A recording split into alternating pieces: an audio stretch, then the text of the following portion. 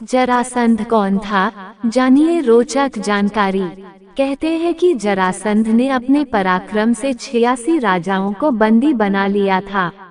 बंदी राजाओं को उसने पहाड़ी किले में कैद कर लिया था। ये भी कहा जाता है कि जरासंध 100 राजाओं को बंदी बनाकर किसी विशेष दिन उनकी बलि देना चाहता था, जिससे कि वह चक्रवर्ती सम्राट बन सके। ऐसे कई कारण हैं जिसके चलते जरासंध की पुराणों में बहुत चर्चा होती है। मगध सम्राट जरासंध महाभारत काल के सबसे शक्तिशाली राज्य मगध का सम्राट था जरासंध। वह बृहद्रथ नाम के राजा का पुत्र था। उसके पास सबसे विशाल सेना थी। वह अत्यंत ही क्रूर और अत्याचारी था। हरिवंश पुराण के अनुसार उसने काशी, कौशल, चेदी, मालवा, विदेह, अंग, वंग, कलिंग, पांड्य, सौबिर, मद, कश्मीर और गांधार के राजाओं को परास्त कर सभी को अपने अधीन बना लिया था। जरासंध के मित्र राजा चेदी के यादव वंशी राजा शिशुपाल को भी जरासंध ने अपना गहरा मित्र बना लिया। जरासंध के कारण पूर्वोत्तर की ओर असम के राजा भगदंत से भी उसने मित्रता जोड़ रखी थी। मध्य देश के राजा शल्य भी उसका घनिष्ठ मित्र था। यवन देश का राजा काल्यवन भी उसका खास मित्र था। कामरूप का राजा दंतवक, कलिंगपति पौंड्रा, भीष्मक पुत्र रुक्मी, काद अंशुमान तथा अंग, बंग कौसल, दिशान, भद्र, त्रिगर्त आदि के राजा भी उसके मित्र थे। इनके अतिरिक्त शाल्वराज, पवन देश का राजा भगदत्त, सौवीरराज गंधार का राजा सुबल, नगंजीत का मीर का राजा गोभर्ग, दरद देश का राजा आदि सभी उसके मित्र होने के कारण उसका संपूर्ण भारत पर बहुत ही दबदबा था। कंस का ससुर था जरासंध। भगवान कृष्ण का मामा था कंस। कंस का ससुर था जरासंध। कंस के वध के बाद भगवान श्री कृष्ण को सबसे ज्यादा यदि किसी ने परेशान किया तो वह था जरासंध। कंस ने उसकी 2 पुत्रियों अस्ति और प्राप्ति से विवाह किया था। काल्यवन जरासंध का मित्र था। काल्यवन जरासंध ने काल्यवन के साथ मिलकर मथुरा पर हमला कर दिया था। तब श्री कृष्ण की युक्ति से ये तय हुआ कि सेना आपस में नहीं लड़ेगी, हम दोनों ही लड़कर फैसला कर लेंगे। काल्यवन ये शर्त मान गया, क्योंकि वह जानता था कि मैं शिव के वरदान के कारण अमर हूँ। जब वह श्री कृष्ण को मारने के लिए लपका तो श्री कृष्ण मैदान छोड़कर भागने लगे। काल्यवन भी उनके पीछे भागा और अंततः श्री कृष्ण एक गुफा में चले गए। जरासंध भी गुफा में घुसा, लेकिन उसने वहां एक व्यक्ति को सोए हुए देखा तो उसने समझा कि वे श्री कृष्ण ही हैं, जो बहाना बनाकर सो रहे हैं। तब उसने सोए हुए व्यक्ति को लात मारकर उठाने का प्रयास किया। वो व्यक्ति मुचुकुंद था, जिसको कि कलयुग के अंत तक सोने का वरदान मिला था, और इसी बीच उसे जो भी उठाएगा वह उसकी क्रोध की अग्नि में मारा जाएगा। मुचुकुंद ने जब आंख खोली तो सामने काल्यवन खड़ा था।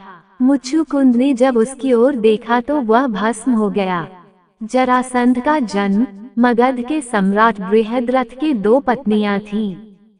जब दोनों से कोई संतान नहीं हुई तो एक दिन वे महात्मा चंद्रकौशिक के पास गए और उनको अपनी समस्या बताई। महात्मा चंद्रकौशिक ने उन्हें एक फल दिया और कहा कि ये फल वे अपनी पत्नी को खिला देना, इससे संतान की प्राप्ति होगी। राजा ने वह फल काटकर अपनी दोनों पत्नियों को खिला दिया। फल लेते वक्त राजा ने यह नहीं पूछा था कि इसे क्या मैं अपनी दोनों पत्नियों को खिला सकता हूँ। फल को खाने से दोनों पत्नियां गर्भवती हो गईं। लेकिन जब गर्भ से शिशु निकला तो वह आधा आधा था, अर्थात आधा पहली रानी के गर्भ से और आधा दूसरी रानी के गर्भ से। दोनों रानियों ने घबराकर उस शिशु के दोनों जीवित टुकड़े को बाहर फेंकवा दिया। उसी दौरान वहां से एक राक्षसी का गुजरना हुआ। जब उसने जीवित शिशु के 2 टुकड़ों को देखा तो उसने अपनी माया से उन दोनों टुकड़ों को आपस में जोड़ दिया और वह शिशु एक हो गया। एक होते ही वह शिशु दहाड़े मार मार कर रोने लगा। उसके रोने की आवाज सुनकर दोनों रानियां बाहर निकली और उस बालक और राक्षसी को देखकर आश्चर्य में पड़ गईं। एक ने उसे गोद में ले लिया। तभी राजा बृहद्रथ भी वहां आ गए और उन्होंने वहां खड़ी उस राक्षसी से उसका परिचय पूछा। राक्षसी ने राजा को सारा किस्सा बता दिया। उस राक्षसी का नाम जरा था। राजा बहुत खुश हुए और उन्होंने उस बालक का नाम जरासंध रख दिया, क्योंकि उसे जरा नाम की राक्षसी ने संधित जोड़ा था। जरासंध वध। जरासंध की खासियत ये थी कि वह युद्ध में मरता नहीं था। उसे अक्सर मल्ल युद्ध या द्वंद्व युद्ध लड़ने का शौक था और उसके राज्य में कई अखाड़े थे। वह श्री कृष्ण का कट्टर शत्रु भी था। श्री कृष्ण ने जरासंध का वध करने की योजना बनाई। योजना के अनुसार भगवान श्री कृष्ण, भीम और अर्जुन ब्राह्मण के वेश में जरासंध के पास पहुंच गए और उसे कुश्ती के लिए ललकारा। लेकिन जरासंध समझ गया कि ये ब्राह्मण नहीं है।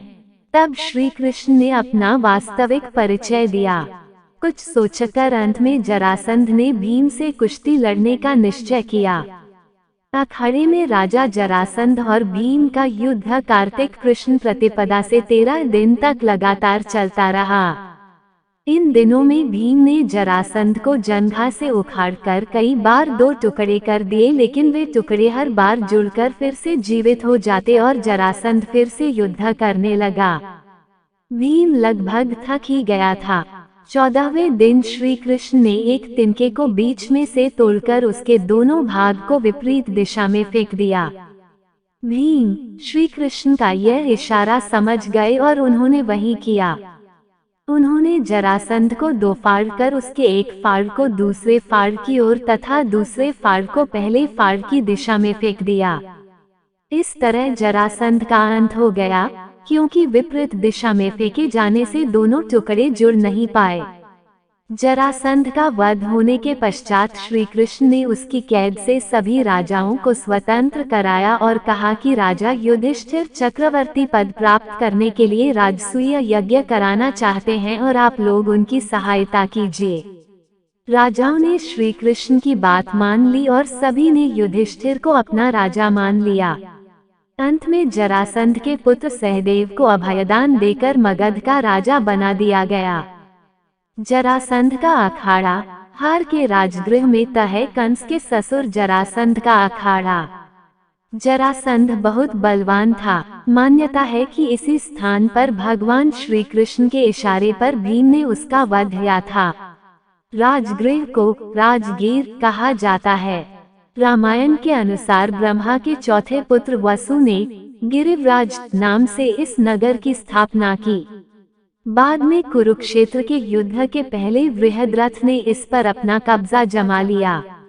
बृहद्रथ अपनी शूरता के लिए मशहूर था। जरासंध की गुफा। सोन भंडार गुफा में आज भी दबा पड़ा है जरासंध का खजाना। इस गुफा में 2 कक्ष बने हुए हैं। ये दोनों कक्ष पत्थर की एक चट्टान से बंद हैं। कक्ष सम 1 माना जाता है कि यह सुरक्षा कर्मियों का कमरा था, जबकि दूसरे कक्ष के बारे में मान्यता है कि इसमें सम्राट बिंबिसार का खजाना था। कहा जाता है कि अभी भी बिंबिसार का खजाना इसी कक्ष में बंद है। किंवदंतियों के मुताबिक गुफाओं की असाधारण बनावट ही लाखों टन सोने के खजाने की सुरक्षा करती है। इन गुफाओं में छिपे खजाने तक जाने का रास्ता एक बड़े प्राचीन पत्थर के पीछे से होकर जाता है। कुछ का मानना है कि खजाने तक पहुंचने का रास्ता वैभरगिरी पर्वत सागर से होकर सप्तापर्णी गुफाओं तक जाता है, जो सोन भंडार गुफा के दूसरी तरफ तक पहुंचता है।